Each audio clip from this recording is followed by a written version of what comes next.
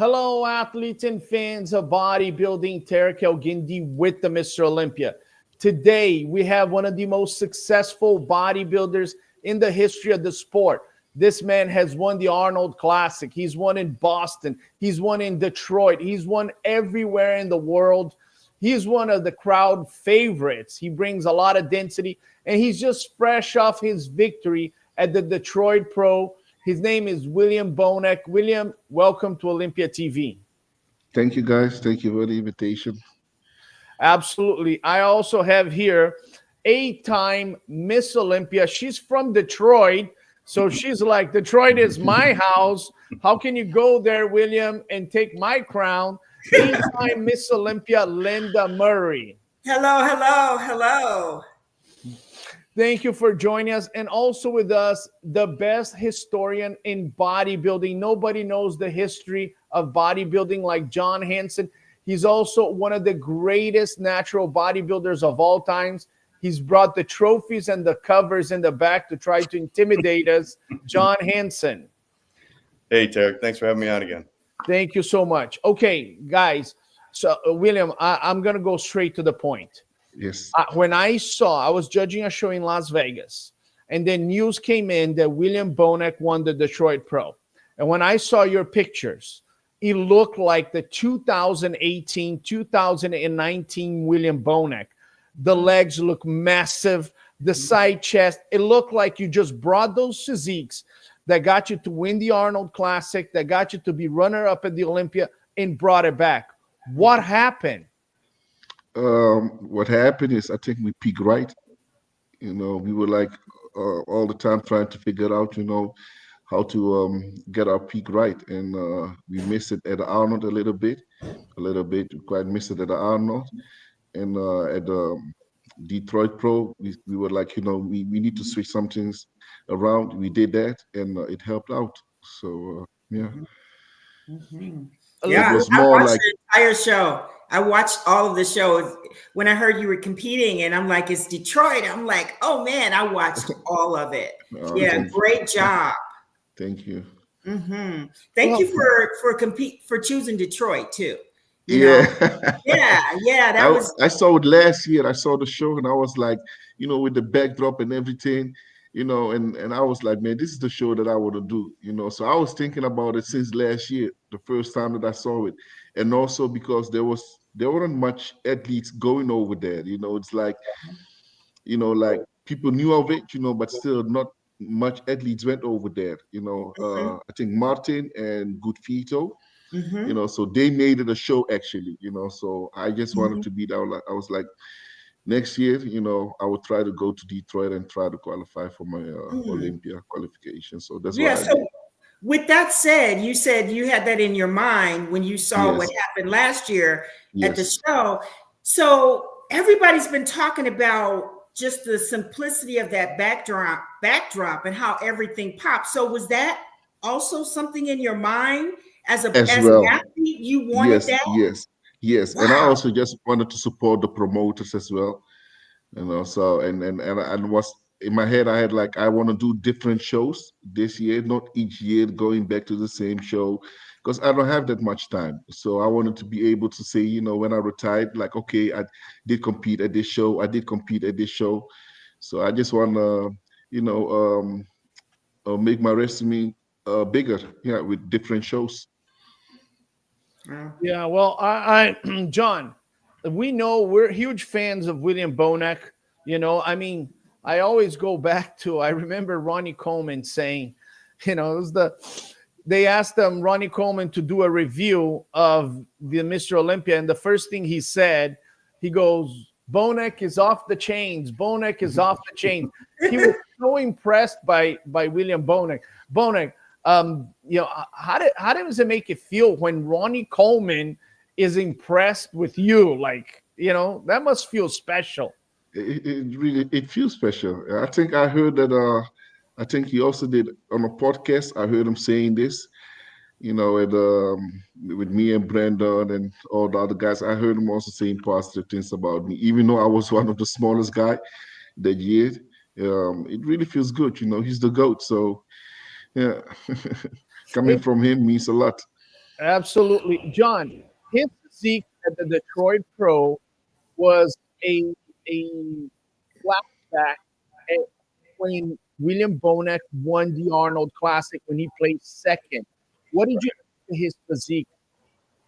Yeah, I was very impressed. Congratulations, William. I mean, you really Thank you, brought sir. fantastic physique back, and like Tarek said, I mean, you turned the clock back. And as a masters competitor myself, how did you bring your legs up? Because usually the legs are the first thing to go when you start getting past 40, and you look like you did, 8 years ago.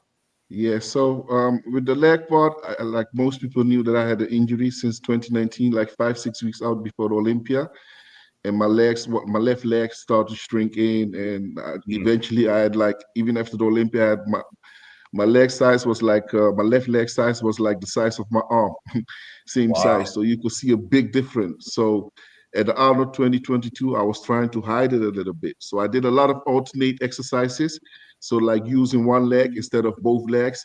Even with the leg press, I will try to use one leg instead of both legs. And then the left leg, I will always, because if I use one leg, I can feel it much more than if I use both legs.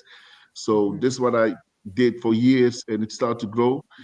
And then I stopped, like, because before I did it like maybe Wednesday I would train my legs like hardcore, and then on the Sunday I would train my legs as well. A little Mm. bit just touchdown.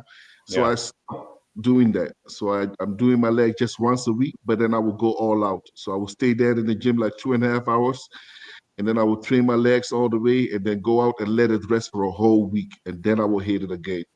So I think that helped me, especially with the last few weeks, because in my mind I had like, no, I need to hit my legs twice in a week because then they will grow bigger. But I Oh, found out with me, the less I train my legs, the bigger they are getting. So when I give it rest, that's when you see the size. was that kind of a nerve related injury where it was just affecting one leg? Did you Excuse hear me? me. Was that a nerve related injury where you just had one leg Yes, affected? it was a nerve related injury. It was. I have hernia before, so it's the doctor said to me like when I squeeze my glutes, there's a smaller glute, and the big glute is pushing that one, and the smaller glutes push my nerve. So this Oh, is how the injury started. And I was doing bent over rows when I just heard a click, mm, and that's when the whole thing started. Yeah. wow. Now, William, you were a 212 competitor, and but you achieved most of the success in your career as an open competitor. And I think a lot of competitors, such as Hadi Chupin, Derek Lunsford, and even Keon Pearson right now is speculating. They're going, if William Bonac, who was a And Sean 212, Clarida. and Sean Clarida as well. Yeah. If William Bonac, who was a 212 competitor, can move to the open and be this successful, I can. Now you're the first one to do that, right? I mean, I can't remember Yeah. a lot of competitors from the 212 going to the open and being this successful. Tell me about this transition. What made you think you would have been a better competitor in the open than the 212? Okay, so it was more. It was funny because I did 3 shows in the 212 class. I did quite okay, quite okay. So first show was I think in Dallas, third place. Second show is UK, fifth or sixth place, and then Prague, uh, fifth or sixth place as well, or fourth, fifth. So I did good, but every time I went for the meet and greet, they switched my name in the open class. So all the 3 times that I competed in the 212 classes, my name was in the open class. So to me, like if it 3 times, 2 times, okay, maybe luck, but 3 times is, the gods are telling me something. So that's how I saw it. Yeah, that's how I Well, saw it. So that was the last show I did in the 212 as well. Then I switched over to the open class. Yeah. So that was in 212, right? I mean, Yes. 2012. 2012, yes. 2012. So I Yeah. skipped a whole year, 2013. End of 2013, I came back for the open class in Prague. And then I Okay. placed behind Bridgewater. I think 4. Yeah. wow, that's interesting. Now, William, looking at your career, you placed second at the Olympia and you won the Arnold Classic. I mean, many open bodybuilders who are humongous, right? They never achieved that kind of success. Looking at your Detroit Pro performance, do you think that you can still achieve your best look going into the Olympia this year? Yeah, that's like this show actually gave me more motivation than ever. Because it now I always believed in myself that I could do it, that I could come better, but I just couldn't find the right formula. That was the problem. That was since 2022. I just, and with me, like I know what to do, but I just still let people in my head sometimes, and sometimes people are close to you. They want the best for you. I know that, but that's yeah. This time I was like, no matter what, even if I'm short, even if I'm how you say uncertain about some things, I won't let anybody get into my head. I will do it my way, and that's actually what I did. I discussed it with my coach, like, coach, maybe let's do it this way. This might work for me, and he agreed with me. He said, yes, let's do that. So he will be on my ass every 2-3 days, for update pictures. He will look at it, and then like when I'm dropping too much, he would tell me, oh, we are dropping too much, let's refeed. So we will refeed then and then get back to work, and then keep going until I hit like that I'm dropping too much, and then we will start refeed again. So this is what we kept doing until the show. And then with the water intake, and all the stuff, that is where this is actually the last week where I fucked up everything. And this time, I just follow my instinct, like, okay, no, I should not do this, I should do this. So I look at the pictures myself, I'm like, okay, no, I should not do this, keep the salt in.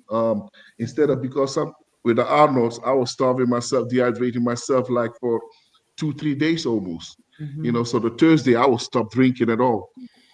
Friday I will drink till 8 o'clock. Wednesday I will drink till 8 o'clock. Thursday I won't drink at all. Friday I barely drink water, and that was my mistake. My body need water and salt, to fill out. So I was like thinking I'm doing myself, favor, so that I can dial in, but I was hurting myself all the time with dropping the water and also with the diuretic. So that fucked me all, totally up, because once I take that without drinking water for 2 days, I just lose all my muscles. So even when I squeeze, I don't feel my chest. I don't feel none of my muscles. So this is what I was walking against for the last 3-4 years. And Arnold Classic, we almost hit it right, and then now with the Detroit, change a little bit, a few things, put the salt in. So I still was eating food, but food with salt. Like, let's say last day of the show, no, the last day before the show, let's say Friday, Saturday was the show.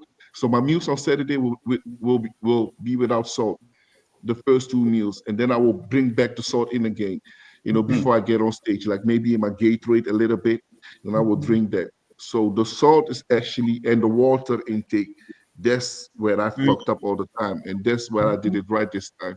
So God willingly, I hope this will work the next time as well for the next show. So, but now I got time because I still got 2 more shows left, so I can practice a little bit, because there's no more pressure on me to qualify for the Olympia. So now I can play around with my body, see what if I can try some different stuff, if it's gonna work or not, and keep the things that work with me, and the things that don't work, throw it out the window.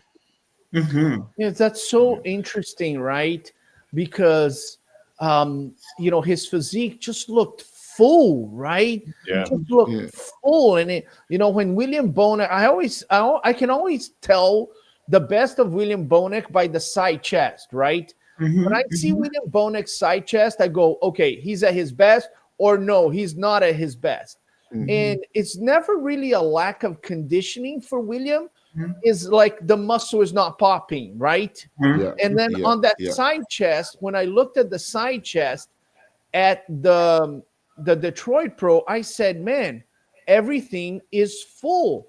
Now my question to Linda and John is, I just talked to a doctor at Cal State San Bernardino who's also a bodybuilder.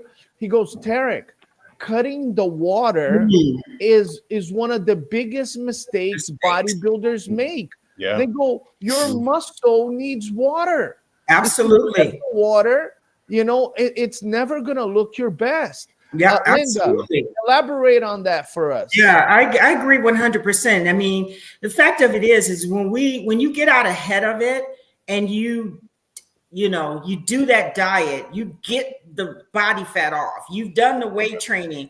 Like at the end of the day, like you should really have some understanding, like how your body responds to water and carb intake, especially as you get closer. Like for me, like the 4 weeks out, I'm always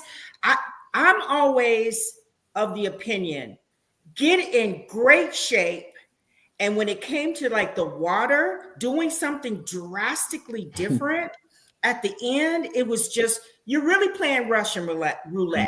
So when I hear an athlete, when they're on and they're talking about they don't drink for 2 days, or they manipulate their water, like sodium is super important to the body and water is super important.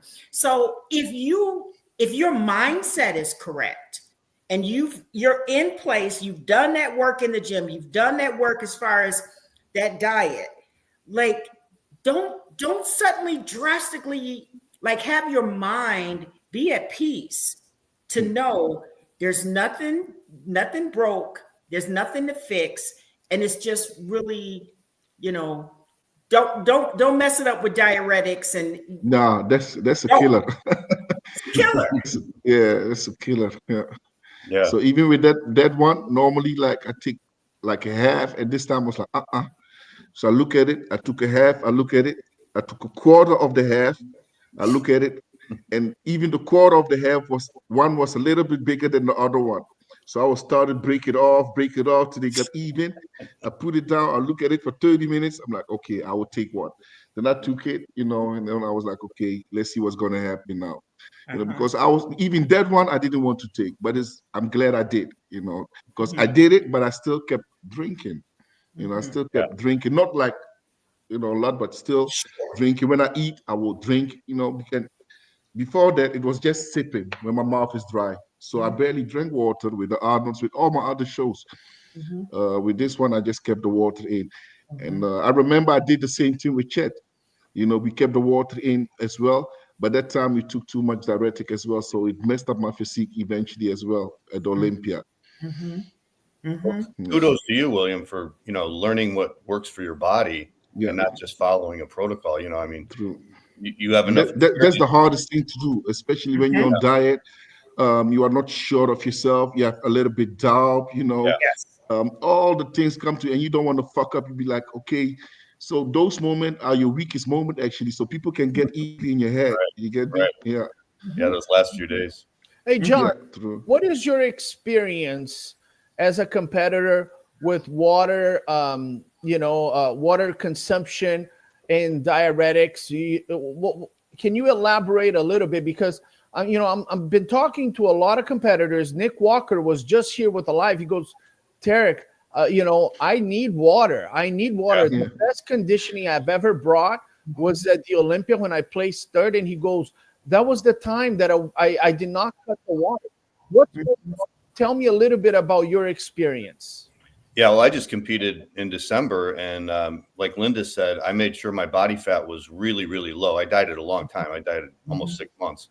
So I was ready 2 weeks before the show. My body fat was super low. So I think once you get to that point where your body fat's low, then you can still take in the water. You can still take in sodium, because that's going to keep the muscles full.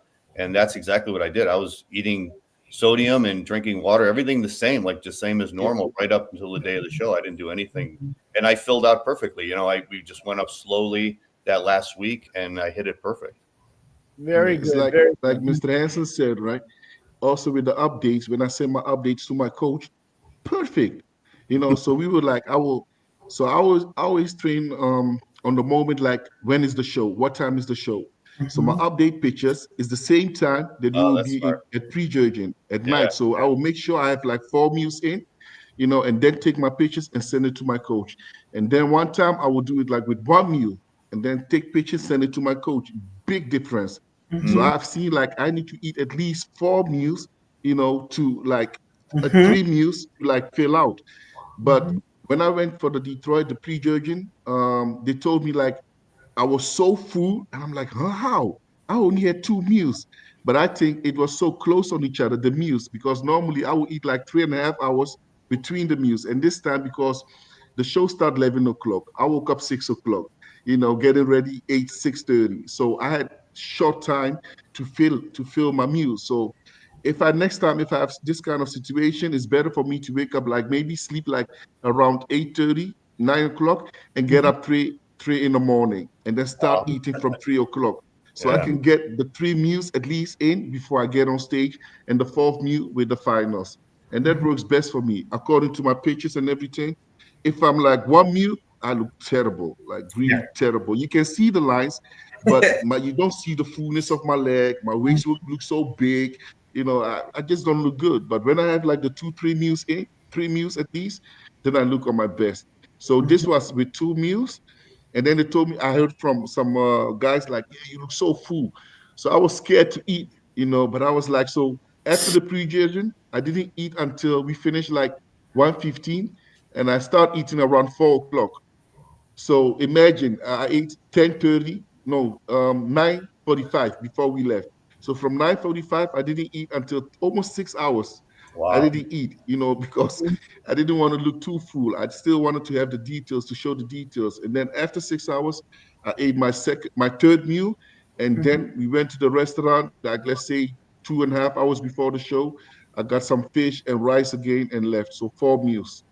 Yeah. Yeah. Well, Linda, so William Bonac has beaten Hadi Chupin, right? I remember when Brandon Curry won the Olympia, William was second place and Hadi was third place. Yes. Looking at this side chest by William Bonac from the Detroit Pro, this has got to be a very dangerous side chest. I mean, if you are Hadi, Derek, or anybody, Samson, you don't want to pose side chest next to William Bonac. And I'll go back to you, William. But is this your favorite pose from William Bonac? Not really. I've practiced it a lot, but I don't like the hamstrings. Because I can like if I go a bit lower, then I can have, and I don't squeeze my glutes, then my hamstring is hanging. As soon as I squeeze my glutes, it disappears. So I've been fighting with this for a long time for the hamstrings drop, But so if I don't squeeze my glutes, I have it. It will stay there because I'm not squeezing it. Once I start put pressure on it, it shrink. But But then, I get the details on my glutes. but then, William, I gotta tell you, as a judge, I think I prefer you squeezing because now Yeah. look at the roundness and the conditioning on the glutes, right? Yeah. Yeah. I saw that. It's so much detail here, so much muscle maturity. Yeah. I always feel like with athletes, we're really dangerous when we reach this place because you're just you're wise, you're smart, you're calm, Thanks. and when you said also like your mindset and letting others into your head and how Yeah. difficult that is really challenging. I was talking to a master competitor and he was talking about this was he's an amateur and he was just kind of down on how can I beat these young athletes. I'm like, listen, have you heard the story of the tortoise and the hare? Like, I wouldn't trade anything for that the strength that comes with experience, the strength that comes with, and that makes you dangerous. I mean, you've placed top 5 in the world. This will be your 10th Olympia. 11. Your 11th Olympia. Yes. Wow. Can't beat that. John, we're gonna get some historian information. Out of all the bodybuilders we've seen, if you were to compare William Bonac with somebody in the past, one of the great champions of the past, who would you put William Bonac as a similar bodybuilder? Thierry Pastel, Who do you think William Bonac reminds us of? Well, if we go way back, I mean, we've got Franco, and Franco had that dense, thick muscle, and William has a lot of those same qualities, but he's got better legs than Franco, more balanced. But when I saw William on Thursday on the show on the weekend, Saturday, when you just came out and you stood there, I was like, wow, the thickness and the fullness was really, really impressive. So yeah, Franco Columbu is a good comparison because they're both dense. So you're doing Pittsburgh, and then are you going to New York as well? Okay, so you're doing Pittsburgh, New York, and then the Olympia. Yes, yes. Please. Do you want to duplicate the effort, present the same physique as you did in Detroit, or do you think you can? You're going to change something here? I'm gonna try to say the same, but I'm gonna like the pressure is off right now, and I'm not going there with the mindset, oh, I can win the show. I'm not dumb, I'm realistic. I know my chances, so I will take this opportunity to get to know my body more. So right now I got this, so I will try something different again, and see what's going to happen. Yeah, because I know I can do better. Going into this show, I was confident. But I knew I didn't give my all. I knew it. I didn't give my all. I didn't have time to do my posing, because normally my wife helps me, take pictures, my update, and then I will post. And we have a baby right now, so we depend on the baby when the baby sleeps. And her timing, she sleeps whenever she wants. Today it can be 11 o'clock. Tomorrow it will be 1 a.m. in the morning. So depending on when she sleeps, we can take pictures and do some rounds. So, but lately, like 2 weeks before the show, yeah, she was a little bit, she didn't sleep well, so we couldn't make a lot of update pictures. So we could just take update pictures, quick one, and then send it to coach and then leave. And normally I would stay there like for 30 minutes, do some posing rounds. So I couldn't do this like I did last year with the M-Pro Classic. But yeah, we still managed to do it. So I know if I can get all these, and also the, new baby in house, peace of mind. So if all these stuff, like if I clear all this stuff, I know I can do much better. Yeah. But I was also with my sleep, I had less sleep as well. I was impressed with your posing, William. I thought you moved really well on stage. Your free posing routine was really well. Thank you. Yeah. And I can practice. I can do much better. Much better. Yeah. Yeah. Yeah. Do you remember when I came up to you? I can't remember what Olympia, one of your daughters, I think it was because you have an older, and she was there. Yes, that was Abigail. Yeah. Yes, Abigail. And I videotaped her down looking up at you. Yeah. And I still have that on my phone. I was like, I'm going to go back and get that because I wanted to send that to you. I know I still have it, but that was really, that just awesome. Tells it all. That says it all, True. Yeah, they are my everything, man. Yeah. I live for them. William, so now you have 2 daughters? Yes, 2 daughters and 2 sons. Oh, okay. Yes. Congratulations. If you have one more as a basketball team, William. I wanted to have a soccer team, Levin. Okay. So, man, you're going to need to compete for many years to come. You need to win about 7 Olympias, 3 Arnold, if you're going to have 10 kids in the Netherlands, right? Which is cost of living is expensive. Well, I'm a huge fan of William Bonac. Look at that, man. I mean, I'm sorry. If you're Martin Fitzwater, if you're Derek Lunsford, and you're looking at these pictures, you're like, why is William doing these shows? You know what I mean? Like, just a great physique. Now, next to you is Sasan Harati. Yeah, he's a really good competitor, William. Mm-hmm. And on Olympia News prior to the show, I was trying to tell people are like, we don't know who this guy is. And I'm like, guys, he is a good competitor. He beat Rafael Brandão at the Cal Pro. He used to battle against Nathan Diasha. And it looks like you guys are close friends. And I think you were very happy to see him come back and have a good showing. Actually, this is the second time I met him. I did a show with him in M-Pro Classic in Spain. And my eyes draw to him already back then. And now I saw him and I saw the changes he had made.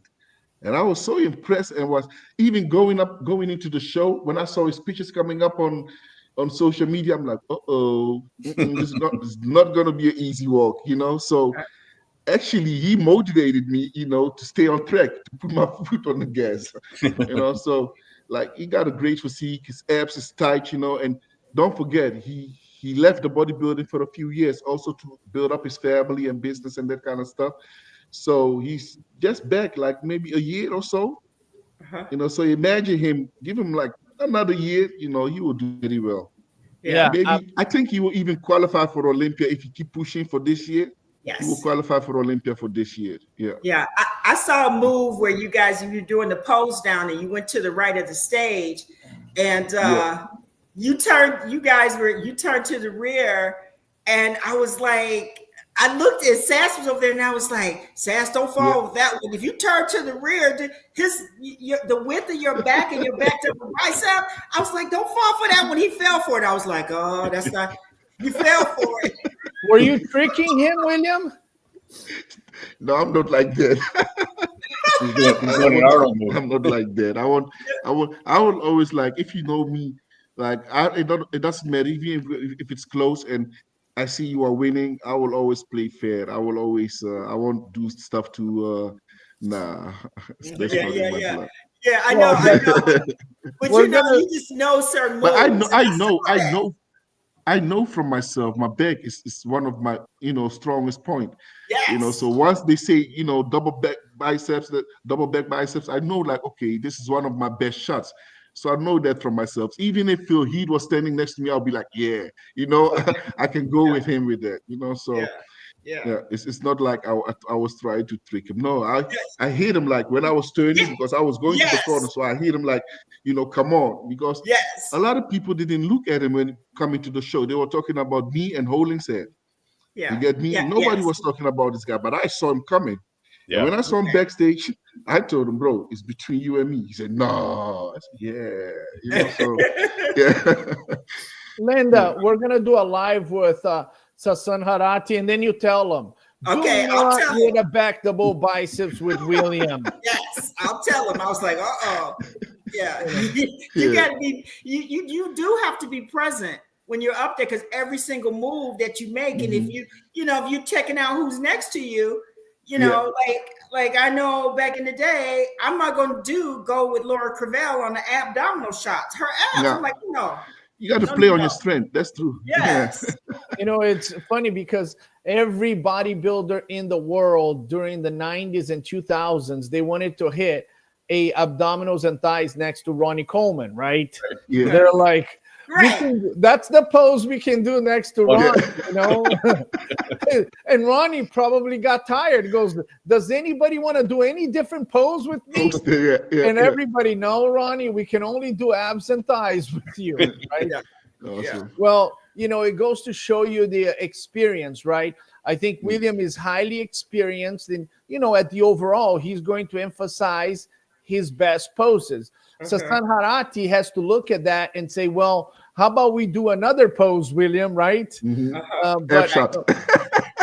Another most muscular. I think he has an awesome most muscular. But I was happy to see Sassan Harati.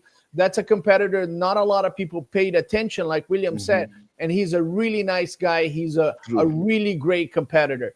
Family man as well. I have a question for you. William Bonac is now going to Pittsburgh. He's already qualified. He's one of the most experienced competitors, right? And it looks like his body is peaking. Like you said, he's experienced and calm right now. What would be your strategy for William Bonac with a peace of mind that he's already qualified to attack some of these guys like Nick Walker, like Martin Fitzwater, like Derek Lunsford? Well, I think the point that William made, like you're in the catbird seat. You've already accomplished, qualification. This is a win-win for you. Like that's the way I see it. It's a win-win. You're going to New York, to Pittsburgh, in front of the top judges in the world that will be judging you at the Olympia. As long as you come in, like you said, an amazing, come in at your best. Yeah. You're not it's a win-win. So with that attitude and that energy, it's you're gonna win. It's a winner. Yeah. It's a piece of cake, and I get it because those guys, they have to prove something. I feel like with Nick Walker's had some ups and downs. Yeah. Nick has more to prove. Yeah. Me, he has more pressure on his back. There's a lot more pressure on him. There's no pressure on you. Derek Lunsford, there's pressure on Derek Lunsford. You know what I mean? Martin Leader. That's right. No pressure on him as well. Yeah. That's Derek correct. as well. Yeah, because he cannot fucked up to lose this. That's right. He can't come in looking like a slouch because those things play the judges remember that, True. But this is for you. It's a win. Yeah. Awesome. Well, Derek is, traditionally he would be the favorite, right? Yeah. And then, Martin is there and he's already qualified because he won Prague. Yeah. But at the same time, Martin, he doesn't want to fall back a few spots. No, he wants to win. Martin, he don't make joke. He wants to win. He wants to win. William is going there with a free mind. He's like, guys, I got my qualification. I've already won, every show in America. I'm here to have fun. And Nick Walker is thinking to myself, great, here comes William at his best. Yeah. Who else is coming? Samson Dauda, you want to come too? Yeah. I feel, this was the show Nick was going to do to qualify. And, everybody's been announcing now that they're going to do the show. So, but Nick Walker is a fighter. He's going to fight to the end. And I know in his mind, he believes he can win the show. And Nick, when he's at his best, he's also very dangerous. I want to give credit to Fuad Abiad, Paul, and Ben, because this Detroit Pro Show was a great show. And I want to invite all the amateurs. If you're an amateur competitor, you want to compete at some of these shows where all the pros are there, So I want to give credit to Fuad, Ben, and Paul. And look, here we have, the prize money right here. I want to show you guys. Sid is on stage. Sid is also a phenomenal MC. But William Bonac here receives 25 grand, at one of the shows. And, that's 5 grand for each child plus 5 grand for the wife. I'm married, so I know how it works. That's 5 grand for the wife and 5 grand for the kid, William. You're doing good. So I want to give credit to Fuad for a great event and Sid here. William, competing at this event, was it everything you expected to be? More than I expected it to be. Yeah. It was well organized, no waiting, unnecessary waiting backstage and that kind of stuff. Yeah. Everything was like, according to the plan, and I loved it. Yeah, I was more like I even forgot I was competing there. I was looking around like, wow, because I promote show as well, and I was looking around like, what can we do, to have something like this? So I was more looking around like a spectator than competing as an athlete. Wow. Yeah. Oh, that's great. How'd you like that pose off at the end there, William, with you and Matt Grego? Yeah. But that was not. That's these kind of things. You understand? I kept laughing. I'm like, it was so. It was so fun to do. Yeah. So. Yeah. I have a quick question. At the Olympia this year, when Samson was announced the winner, you had such a response, like, oh. And I see that sometimes from some of the athletes. It's like you just ran over and just grabbed him. Yeah, I had the feeling already. You did the day before. Yeah. Wow. I had the feeling already, and it's like I could have never do. My best was second place, and for him to do that, because we are both West Africa descendants. Yes. And for him to do that, it's like we all whole Africa won. Yes, that's what I had. Whole that West feeling. Africa won. So I felt that in the bone, like he accomplished that I couldn't finish. He finished it. So and not just a sando, the golden sando. Yes. So so for me it was like as if I won it. So yeah.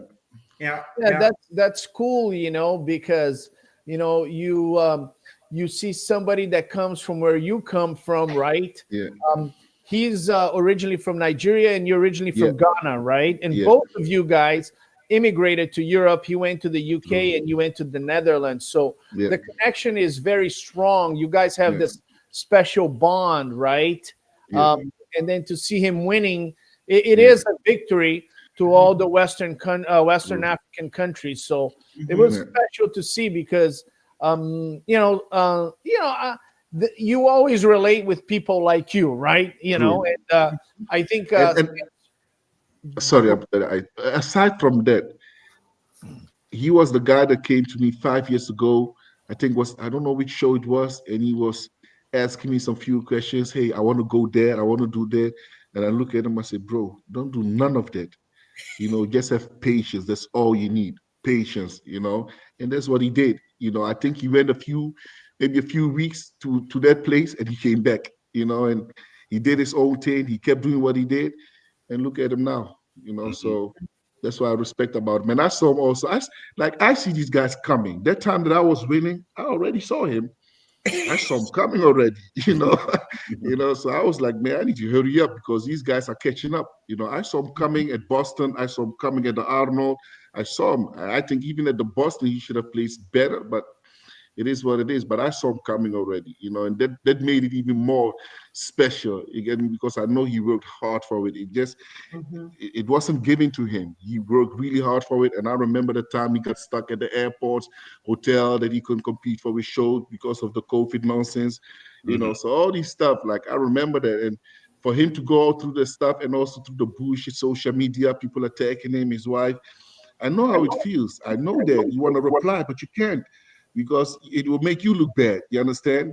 It's Mhm. like a pig want to wrestle with you. You won't go there and wrestle with a pig. You're gonna get dirty as the pig, and the pig will win. You understand? So sometimes, yes, at this point, we have to think. And some things, you want to react, you want to fight for your family, you want to reply, you want to back up your wife, but you can't sometimes because they will make you look stupid as well as like them. So he did a great job. It's difficult, when somebody is insulting your family or your wife or your kids, not to say anything, So Mhm. yeah, respect for Actually, him for that. William, it's interesting because we had him, Samson, at the Olympia Live, and we were asking this question like, Samson, you've been attacked, many times online and this and that, and it seems like you're in a place that you're not reacting anymore. Was that an easy transition or not? And he goes, no, it was one of the Yeah, hardest things in the I world. know, I I wanted to know, respond to every little guy that was trying to attack me. I But know, after all these years, I've learned not to do it. But he said, Tarek, it was hard. I know, So because I was in the beginning, if you can remember, anybody that say shit to me, bro, I will like boom, attack him as well, But then later on, I won my Arnold First Classic. I'm like, yo, and one of the guys from the promoter came to me and said, you are part of the club. And even my coach, he told me, William, you are now part of the club, and that means so much to me. Like whatever I do, I have responsibility. Like if I do something stupid or something was against the law whatsoever, people won't say William Bonac did this. They will say Arnold Klesser, 2 times Arnold Klesser winner, did this, did that, and I will like fuck up the whole federation, fuck up the whole name of Arnold, and so on. So that's something I don't want to go there. So once you get these titles, even if you didn't get these titles and you are with the federation, you should be careful with, your sayings and what you do. And yeah, just everything you do and say, you should be careful with it. Yeah. Yeah. yeah, Yeah, absolutely. absolutely. Well said. Yeah, William is in a great place. Ladies and gentlemen, it's really an honor to have William Bonac here. I'm a huge fan of William Bonac, not Thank only you, on brother. stage, but off stage. I remember I was the judge of the William Bonac Yeah, class. 2018. Yes, and I was there meeting with him. I had a chance to meet his family. His wife has a beautiful family, and William Thank you. Bonac is one of the bodybuilders' favorite guy. Right? When William Bonac comes to the check-ins at the Olympia, he's the bodybuilder that everybody wants to say hi. He wants to shake hands. Big Ramy Big Ramy was one of the guys that said, man, William is one of my favorite guys in the industry. And he loved being around you, right? Big Ramy loved being around William. But William, I want to congratulate you on winning the Detroit Bowl, on an amazing career. You have a legion of fans all over the world. What is your message to all your fans as we finish this live here? What is your message to all your fans, people that have followed you for years, that love watching you win? What is your message to all your fans? My message will be believe in yourself. Even there will be times you will doubt yourself. There will be times, ups and downs. No matter what, always believe in yourself and know that you can do it. Absolutely. I want to thank William Bonac for joining us for a few minutes. It's about 7 p.m. in the Netherlands, and he needs to change his daughter's diaper. He needs to work. He just came over. He needs to work. I know his wife. His wife is probably looking at him and tell him, Tarek, finish the kids. She's a very sweet lady. She's very supportive with him. I want to thank Linda Murray, 8-time Mr Olympia, for joining us, and John Hansen, one of the greatest natural bodybuilders and the greatest historian of bodybuilder. William, thank you so much. Ladies and gentlemen, next week we are going to bring Martin Fitzwater to join us prior to the Pittsburgh Pro. We'll see you next time. Thank you. Ladies and gentlemen.